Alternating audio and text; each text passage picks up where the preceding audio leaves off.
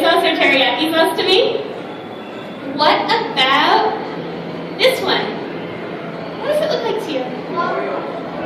Vinegar or oil? You know what? If that's maple syrup and this is oil, I think we've got the start of a really good chicken marinade.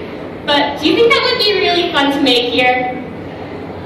No. So what we're going to do is read the labels that we have on our reactants.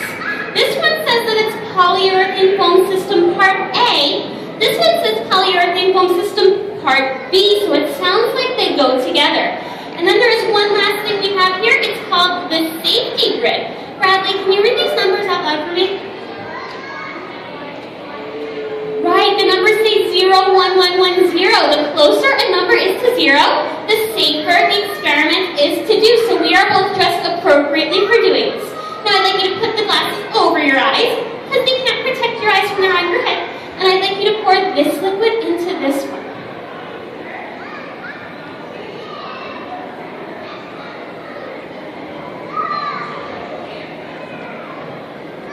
Very nice. And now I'd like you to stir that up with our stirring stick. And let's make some observations, scientists. What do you think is starting to happen? Oh, Bradley says we have a color change. And just like we said before, a color change is a good indication that we're going to have a chemical reaction. I'll keep stirring for you if you want to stand back and you don't want to wear the goggles anymore. Okay. I'm stirring, and oh my goodness, something is starting to form on top. What are those things that are starting to form on top, like right there, and there, and there? Bubbles! We have bubbles forming. That's another good indication that we have a chemical reaction going on.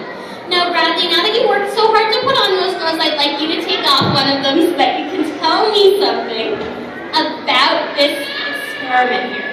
Can you put your hand out flat, like this, the one without the glove? I'm going to put this on your hand. Can you tell me whether this feels warm or cool? It feels warm. Thank you, Bradley. Let's give him a round of applause. You can leave all of your safety equipment right here where it started.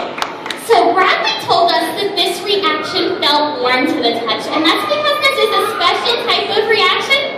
Yeah, keep watching. Called an exothermic reaction. Exothermic reactions release heat to the environment, and we showed them here at the Science Center by spreading our arms way open like this and saying exothermic. Can you do that with me, scientists?